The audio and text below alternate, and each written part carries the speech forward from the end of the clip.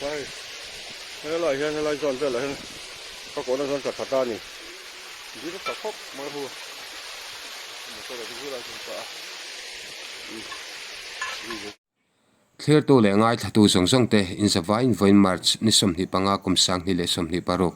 ni lai ni a hian thinlung takin chibai kan buk chewa khongai takin video hi like le hype ti kha minok me sak le turin kan som cheu ani e van doi thlak takin pu lal thiang lima chu li thein leivung apai chu che sualin abek liama metar zale somnga vel zet tur chu alum zui ani he van doi na thleng chung chang a hian scholarship tumpui village council lamte kan biak na tang an soidanin he van doi na thlen hun hi nimin march ni somni pali kum sang ni le somni paruk thole ni chamalam da som pakhat le minute somli panga vel nia an hriat thu an sai li thea che sualan ti hriat ani vele hian khotlang hroi tu tele mitlom ngai ten a hmun lam hi an panzui ngal thoya ti chuanin pulal thiang lima hi scholarship tumpui venga hian leivung te tiang hian phurin hetilai waiting seat omna bulloka hian apaya van doi thlak takin abek liam zui ta ni hriat ani thua sai hetilai an che sualna la hi a oin a kham a cheng che em maya chhanchhuah tu te tam po chet vel a olai lo hle ni in an sei bok a che sual chung chang a hian hetia leivung te apai tur hi adin na chin hi chu a him thokhat tura ngai ani a amero chu body hetia an aphi a leivung pai hi tlemin alo ban ve deuh leksia abun mai thei si lo hi alir thei a soi zui ta a hetia alir thei a soi ta hi a body lam hian a el engtinamo aliam sui ta nia an hriat thu an soi ni ti chuan metar zale somnga vel zet mai hi alum zui ta ania lengkir deuh chhor do hian tla thlazuin ti chuan a bek zui zel ta boka lengkir chhor do hnung jok pu chuana puk an ti mai ko tlanga hian avain ngata ning khotlang hroi tu ten an soi hetilai pu chuana puk an ti na la hi bek liam ninga seng chu mishing tan dam chu na rual nia an hriat lo thu khotlang hroi tu te hian an soi ni li thei lo din na la hi kong atanga metar za somnga vel se chu ningei tura an ngai thu khotlang hroi tu lam te hian an soi bokani hetia abek liam ta hi pu thiang lima po hian metar somruk vel zet mai hetinga li theya abek kha hetianga boina harsana tok lai po hi asian iomin ain soya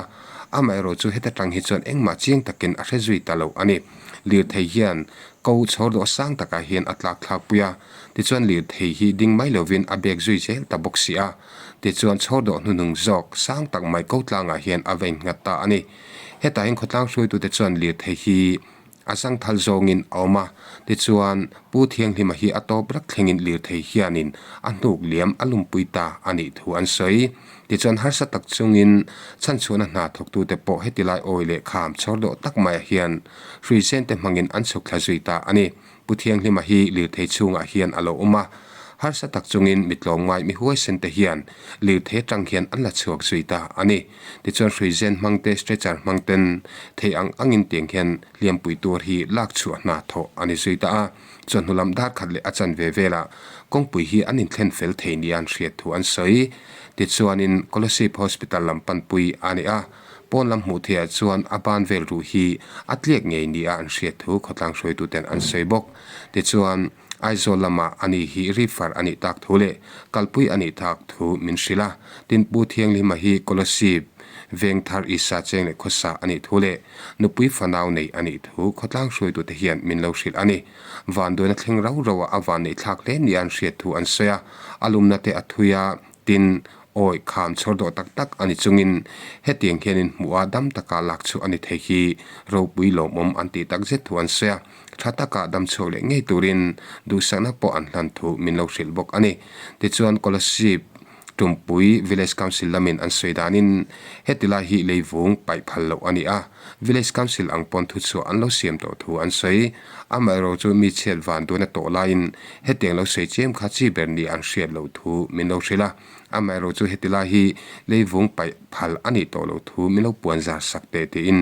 min hrila wangin hetila te hi toite in kan ta lang velok ani e ole ang poni sila hetenga liam pui tuarin an la chhona chungin enge mishinga thinara thlak tak mai tu lovin alumna te athui te lulnen heteng khian mi huai sente mitlom ngai te in pekna zara chhanchhuah anni hi alo mom ka ti hle mai eng poni sila thata ka dam chuak le ngei turin du sakna kan hlan ani ole nimin lama amun ma thalak video te kan thlir lok anga te chuan pi van ram chuang te chung chang kha toi te in soi zui kan tum le don nia có sip trùng bụi veng hay bị trạc lắm bằng ạ hiền quay mê chọn bộ cần này à chúng mình bữa là chuan vạn tuổi thắc tặng mình thì với đi sầm thì lệ Bali March sang đi sầm thì bảo hiền vạn tuổi na tóc bẩn lậu mày à em xin ngài lậu mà ama cho mi ama cho ama cho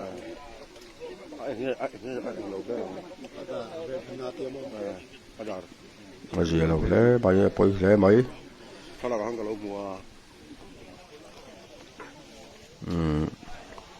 lấy vùng bể tuột khá à bẹt liếm bẩn lâu mà LPK anh nhớ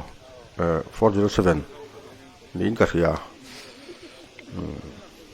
riêng lai is lampang ami ani a ama driver chok ani a chu amun thangin accident na hun thang hian driver po tol tha hanita a nung jong tol thang tha thak antia i khumi alang lo chia khuan Lengkir sang lutuk lo ti mai la oma sang về thọc hạt tar en sang này ô các sát hiếm mấy lâu cái nào cần sụt thang cần en nga chiang zokin ta chôn tol tha ania van thôi thak khop maya lại đặt om khop mai không lại thong khop maya motor po a chen sang reng hle maya lum tha la ha nia cái lum sai cái lại chọn cái lại có cổ nó chọn chặt ta nè đi nó chặt khóc mà hùa mà sau đó thì lại chọn chặt đi rồi cái là ngon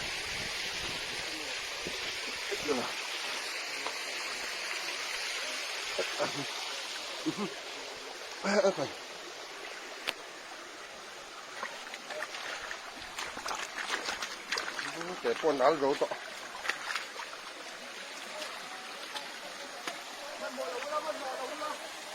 đá là cái thứ hai chứ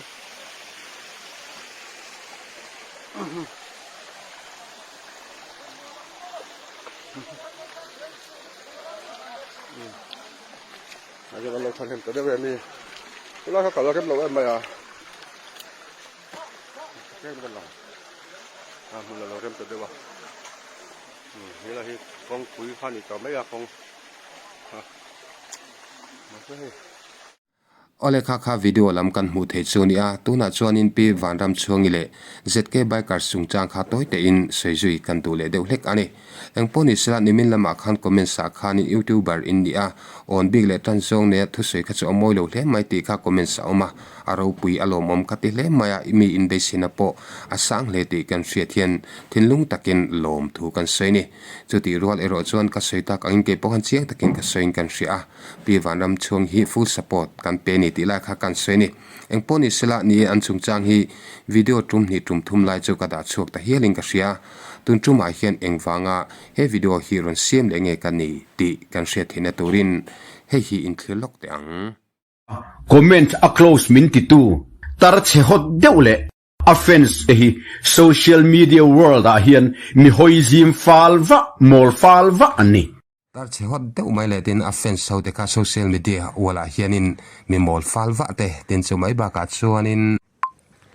chuwang chuanin tun tuma hianin hetiang video te poi hi han siam le kani ti khamino hre sakan do chuwang chuanin enge pi vanram chuangi ruat fela nu dai hat fans te te pan min ko hial ma ula poiti na kani san palo ani ti chuan hei social media lama hian tun lai chu an bo ruak ari vut vut mai chu ani a pi vanram chuangin kan hriat lan to angin heta hianin zk biker si a comments athule hla te kha a main kan lo chhiat to khata hang comments kha o fangkhan angai de hlek niom takani a ta chuanin zk biker sianin te heng comments off lo thu te po kha chiang takin aron seita ani a heng te poina kina tu chuanin kan sei zui le tura te po ngai tala engponi ro se pi vanram chuangin hetianga mention mewa thule hla ani ta ka wanga zk bikers video kha thile lok taila te chuan engemo kan sei zui le don ni o kan rama hian our soul le our lane zong point mong ko tha nen lam an debate tluk jing to lutuk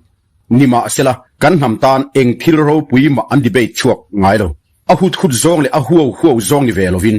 lar khel lovin ming that tum lovin mi pui te ma a thiam chan tum ran bo khek lovin pathian tharau hroina zokin mal tat rek pain documents poimo el tiang hai chuak zongin ma la ila kan ham tan athazok dayang highway road construction kai noya kan ram environment manga diklo taka cheng vai bel chetam tak ei rukna nasat tak in phum ru zong hi documents nen hai chuak vek ila atuar tur te chuan tuar mai ro se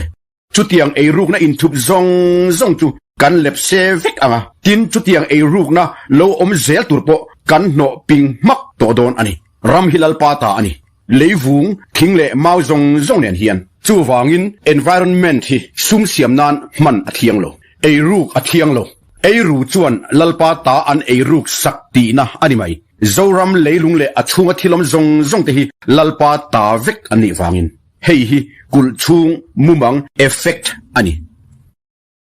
Facebook comment ka close lo social media khoi tai ma deu tar chehot deu te hi chu khet hiamila nima sela la thalai tak social media khoi hat ve thosi application settings omzia hello kan la tam viau hi chu amol thak deu ani Facebook hi social media application pakhat ania khovel puma kan mang ani mi fel tak an online mi sual tak an tam boka chowang Facebook siam tu te hian security le privacy settings thatak an bil tel thap ani social media ngangania mi nang lo pui kan phone khoma mi thatak an online mi hlau pui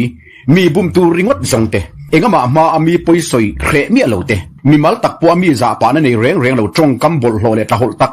man khe mi alo tin fake account kheng po a mang zur reng hi an tamani chowangin puzukar bak te pol hian an Facebook mang tu te security le privacy an ngai poimo sak em chowangin duang taka security le privacy an set theiturin an siam tel ngal vek ani chungsinga chun profile te po hi lok thein an ron siam chhota zela chu adu duin mangtang kain an profile an loka then khat line chu an han soi sel ringot zela amol thak lulai deu ani an account ania an duin an setang chu soi tur tam deu kanaya ma se tlak du alovin keipo ka Facebook settings si ka ham si trick ti kan soi ve mai ni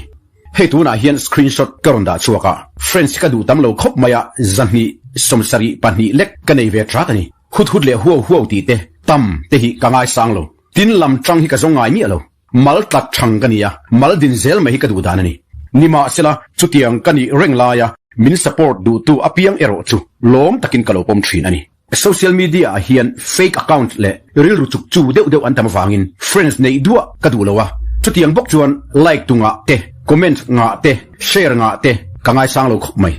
kan lalpa isuan than te ero chu tlem te ani ti hi ka se fu ngar boka chowang chuan claim hi kangai sang jok ma ani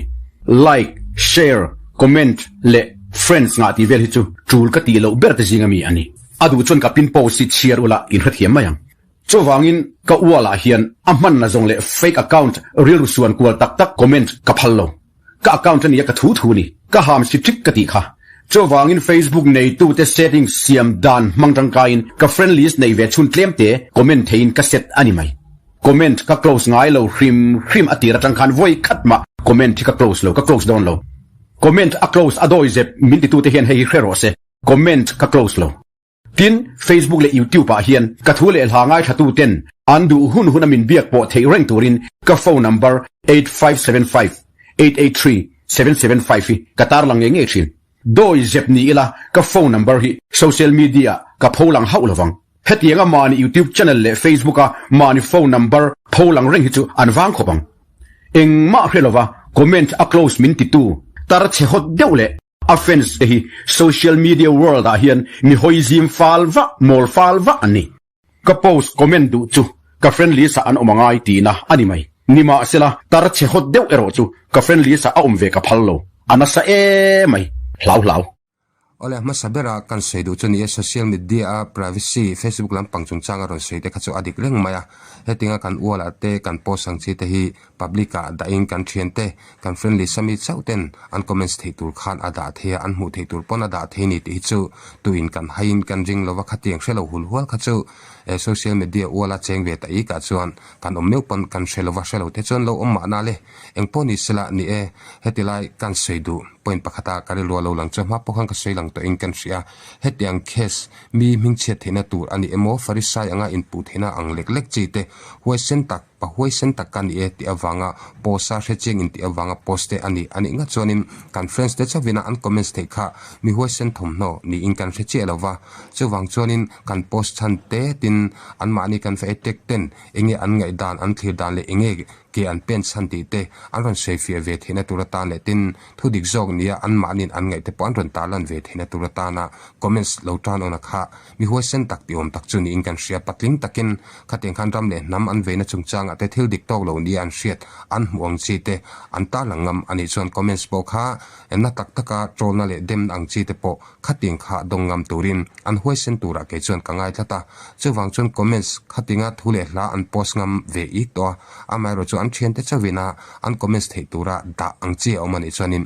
hei huaisen na zik lo ka chon ke chon kangai thei che lo deu ani engponi silani ati lama asei tak ang kha aro pui atha ka ti khop ma kan ram leilung ang chi jong song te tu poin a hlok na khating chi dan lo wa lo tel tu man omani kha chon a poi ma khang mi te ti mol phozel te an kwa no pinzel te kha chu thei ani po chon awa thate lu lem hetilai ka support tak zetani ti kan seya am ero chu hetilai document chungchang vel aron so hi karil ruwa lo lang mai ta chu hetinga enge kan social activist te anni emo environmentalist kan han tiang chi te farisai ang lek leka chu na tong kam te han tur ang che hian enge khateng chi anti sol ang chi he tamu mangram aron sei nuai za thum han ti chote nuai som sari chovel bor an tlak ni ne tak chung chang te aron sei hian a document khalom zoram mi pui hian mu kan sak khang chi te kha aron ji ka mu mang ton mangram ang rei fielo rei anga aron ji cholo khan ani na chonin mi te an va be na tu le mi te mol pho the na turang chi te tin ram le nam mangai na wanga khateng chi te do emo khateng chi talan chawchu atom tak tak ani chon a document te khateng kha chiang fek foken afika fak tak khan atala ngam tura kangai ani amai ro chu khateng chi kha mumang ram anga a sei thla ta wain afika fak kha engma talan omlova chu ta chon shil ru tu te anom thu te po kha a sei chhovel mai kha ni a chuwang chon hetilai a thon thu ron sia dan hi chu a thon thu lu tuk deuh hlek ka tia kan se om je jo ka chu khang nuai za thuman ti te nuai som sari han ti te ka thon thu ka ti na lam ni lovin a ron phu chu dan a tong kam kal phung shim kha a phu chapa arin le duap deuh hleking ka hriani chuwang chon thil dik lo kha she tak tak ni silat kha thil dik lo ti tu te kha dan ang takin shem na an mu thena turata na malak emo ti mol phu emo kha adu tak tak ni ta sila document atan chan ang chi te kha chiang fek fok taken aron ta langam tura ke chong ka ngai tlatani chuwang chon ke ma thina chon heting athu jiek le athuron sei jong jong te ka ngai to neu hian document proof hi mu tur om tak tak lo emon cho ti kha ril ru alanga chuwang chon document proof om tak tak ani chon rot felanu ina hetinga enge kan shet lanang talk show a khatinga han thu tho te ani lo pon e YouTube pa te in thudun nge khatinga interview emo in debate emo a chona chungchanga po hian document proof ang chi kha anei tak tak ani chon yes lo na ruala ka ngai lo bani document proof om na chon mo ma se chu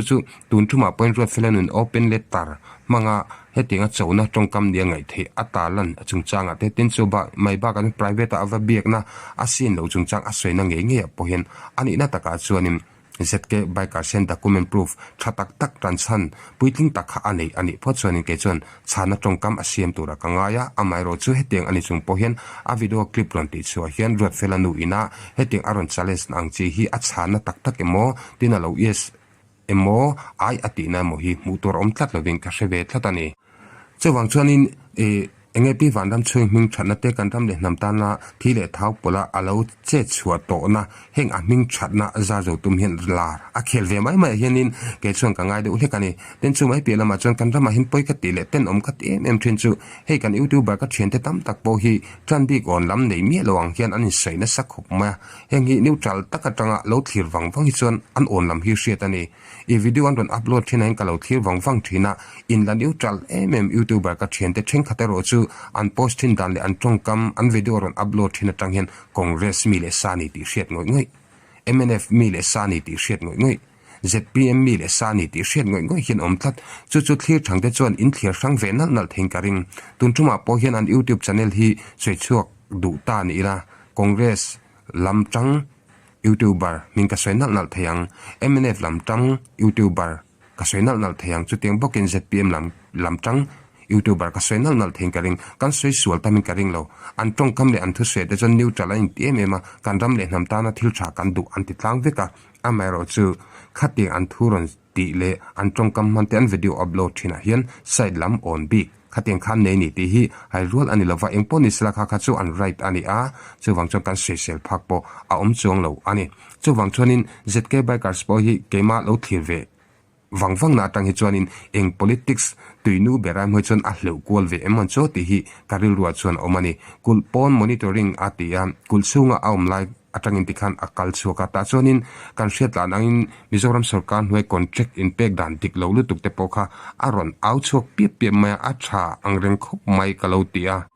restricted tender kan han tiang chi te hoi tak taken rom po chu tiang khati nya chu om aron ti te kha a hoi sen thak katia amaru chu khang jong jong te poka e a document ang chi evidence ang chi kha talan tu takhi ane ngai lo ngi aron ta lang ngai chi lem lowa chiangbal bala han se tak pokha om em lo ni inkan hriatin khang restricted tender an tiang chi te engemo aron chaile aron se thina ngi pokhan khang a au enge aron au chem mai kul pona tanga kul chumi le sate azuk be vak na khan ra tha dom enge achu ta khi han se fak tu ri awangim o ti la hi karil ru achon om ve mai maya ti chan tu na kul chung lama an au zui vele ta ne chu ti chuanim hei kan ram chunga in do na lian tak mai a oma chu enge kan hriat tlan vek angin forest ek kanan tiang chi mo khateng kha Mizoram sarkar in assembly an pasta room mai ti te pokan sheveka chu ngai dan aphira an san em mai abik takin pi vanram chointe kan social activist kan ti te tin chumai ba ka chuanin environmentalist kan ti hote abe na emo aron so na chungchanga te point document poimo kha ron talang se adum viewing ke chung karingani kulchung monitoring atangin tiang henin enge kan social activist te khateng ka soitak ang chi te kha aron be ta phir mai ni hian alang tlat mai kan soitak angin heng enge forest ek khami kan han pasta chungchanga te khanin twin chu tam chau em ngai dan po an phir mai ni chu wangchon sarkar fungchel tu te chon a tha te an soya te chuanin heteng ten mason na chungchanga te po harsana tam tak sian the thin te po an soya adik na lai tam tak omanga tin side de lam ten a that lo na sei pe dik na lai tak awmang helamai chon thoble tran bik lam po kani chong chan lo ani amaro chu zk bikers tong kam le athu sei atanga tam taka kalo ngai to ve wangwang hi chuanin ruling party te chan awanga heteng tong kam hi ang ti reu na hi kanei ni chu ta chon zk bikers po hi ain sei neutral viewa hanti taila enge thil tha kha du viewanga ain sei la hianin enge on big le side big lu tuk nei tong kam ril ru atanga thuram pok choki ang ti reu na kaneya anero chu katidot ngam lem lo ani ta chonin mitam tak po hianin zk bikers si enge heta enge mo on big lam nei tan big lam nei khatinga tanga enge thule laron pu chok me nga hian an ngai ve de hlek chong ka hriani engponi ta sela ni engponi ro sei zk bikers video te kanan thlir ta a ti chuanin ama amu mangrama athil mu te po kan longa thafur tong ka video call ta te po an kanon ta chu kani a ti champi vanam chung khanin open letter an thon ta ni a ti chung kan hretlan angin zk bikers khan post asiama khata khanin enge environmentalist te chungchang vel te pokha aron se khateng ngai na tak chung si a enge thingkung pakhat pola phun lo ram ngo pola kalo farisa chu teng khateng tilang tongkam de ulek te po aron chak chu kani khata khanin comments aminaran ta na comments thelo a friendly sound te chabina comments thei khana siaman ya kha pi wanlam chungi po khanin aron hela aron ta lang ve ta te chon se ke bikers kha aron enge tek tangat khani khamo teng khanin ya in chal tau ta babab mai khani chu wang chuanin heng jong jong te ka ngai tua ti chuan video he tiang hian aron siam chuak chho zui le ta bok ani a ta chuanin enge ruat felanu chona ang chi te thudi khai chuak tura khatinga enge hanin debate mo han seidune mo adu nang chi te po chhana tak tak kan mulova kha tu lo atina lam hoi ang lek khan asiam ni deu bering kan ri a hi enge karilu te chuanin angam tak lo emon choti kha karilu lama chona thlalian deu berjo kani chu wangchan zk bikers video hi ka thlir wangfang thina mumangram atanga athujek ang chi jongsong te po kan thlir tu na video clip kan thlir zo tak te po kan ngai to wangfang hianin enge kanram le nam ta na thil tha du ani ang ti chu karing ve thawani amaro chu ram le nam ta na thil tha du ni alan rol hian mi huai sen tak digna zik klok tak du hi ang lovu dem o ti chu karil ro chona lang ve deu thina ni chu chu wang chuan in pi van ram chuin te chu kan ria MNF huna po congress huna po sarkar ten angkal dik lo le anti sual te kha an lo hai mul pho to thina dawanga ni chu sarkar pon lo do mai thin te po kan shome khateng huna khan e sarkar na fungchel tu te aron etika emo engmo thil e thoin mulo om ta ka khanin enge atang ulu tuka ting henin ati tai mun so ti te chu ril ruwa alang ve a ti chuanin ne ka soita kang khanin ZK by ka si kalau thlir ve wangfang na chon party eng party politics tu nu takai mo chon hakin ting henin enge kan mi ro pui beta jinga mi hi ting hena thiamang tok tok le atheng ang henin aron hama aron be ve ta chem chem mai ni hianin kan ria chu mai ba ka chon offense te zel theng kham mi mol kha teng khanin an chua chho ta phier mai chu ania heng jong jong ka thirian ZK by ka si mi dik mi hoi sen tak ani ina nem nge na tur ke chang kala mu ve tlat lo ani engpon ro se ZK by ka sin athule la ane hian document proof nen ching kuang takin mo khating chi te kha aron talang kau the adik nge ti the te aron siam ni chon ke chang ka thlop mang ruat felanu po hian ni e kan ram le nam tan eng ang sun hu tha po lo ne ni sela sumle pa ya te thiang nim lo takin engema thil te lo ti ya khating a phena khan moi lo taka alo khus sa thina ni chon chung te document proof ne na aron talang the ani nga chon ZK by ka si ni e ka thlop mang faklo ruala po ka ngai lo ni amaro chu heng document proof tia a sei zo la hianin khating proof ang chi kha ani nge hanti dot na tur om si lo ang chi kha e ani thlating ka ani na chon atong kam tam tak hi chu hei assembly house a mi puiten kan fa proof tak ve thelo mo thule hla don nge ani a dot lo po ti she chen lo kan MLA te anin ka ain do na te po hi ang lekin kan se ve de le kani chawang chuan ka hria chena chuan pi van ram chhong hin party politics sa hian atuinu a hian atal polova atal builova MNF congress ZPM a hian akhoya ma hian in taluna anelova ta chuanin kanram le namta na thatu ni hria ta chuan donga be nga chu abeha ama chon me mai ni ka hria da wang hian keni channel lam chan full support hi kan pe me mani ti hi kan sei non le du shim ti chuanin he kestron il chuana hanti da he bodok ron il chu tan na po hi ani na chon leivung pai chung chang atang khanin ani chhotan e moti te po chu ril ruwa an lang ve de ulekani te chon ZK by karsen engti jenge ni enge kulpu kol chung lam pangkha tlansanin kulpona train an audum duma enge aron lut le te chonin heta kan social activist lamte aron chir theron beitak vak mai la hi ge chong kala thiam che lova ka soita ka in document proof te nena ching ta aron ta lang the ani chonin a fan tran om don te lulem avan hoisen te lulem ka ti thei chong te kha kan soya ti chon a video call to te ngun ta ka thile ka zir neu hian ZK by karsi mi hoisen ani pa hoisen ta kani kan ram le nam mangai ngoi tu ani e hanti na turang chi kalam hula aman ain sei hoisen ang hianin a hoisen na chu keni lama chon han chia tak tur ala che loving kan ria ta chonin mi hoisen tak chu hei pi van ram chungi de chon cheng takin dan angin supreme court a po high court a po tin chu mai chu ani lova heta kan ria tlan fek angin session judge ma te po khateng khanin district court a te po anin lan mi mai ni hala te kha kan sei ve du sim ma te chon tun case chungchang a po hianin enge in debate te ka atulo po alo ti ni mai thei ZK by karsen amaro chu heng case social media a cheng lo po ti hriat lova in pu mo na khateng borok a siam chho anti da om chho mek la hianin rammi puiten khonge thu dik jok tunge thiam zoka tunge thiam lo jok khala ka hriat kan du miu ma chu wangchon pi van ram chungin mai ma nge heteng social media kaltlanga han in biak ang chi an chola hi aro pui katia chu wangchon ZK by karsianin he chona hi achang let ngam lo ani chuanin kamit atang le karilu ngai tu na tang hi chon ZK by karsi chu khuta ani ti la hi an sei ve du shim ani oleng poni sela e thletu le ngai thatu tenhena pokan sei du chu heteng comments chano femo oflo mo e enge friends te chavina an comments thelo chungchang a hianin nielo shelo palpo lo omni sela khang khami a takan ni ti na ani chong lo vani ti kan share tula kan thiam kan fin kan theina engkim ma hi ain anglo ve kan ni ti la hi kan share tula fin nine anglo tang khateng phone khom khanin ramro pui takilo sima thlok che sang in fin khom khan fin ro pui tak te polo siam thina ni ti la hi kan share atula ke nia thil pak ni khat lo shelo lek an omawanga vadiriam chem kha kan ti tur poni lova puitling ziala ni hekin kan shelo vani ole video te min thesa kan sa vai chunga kalo me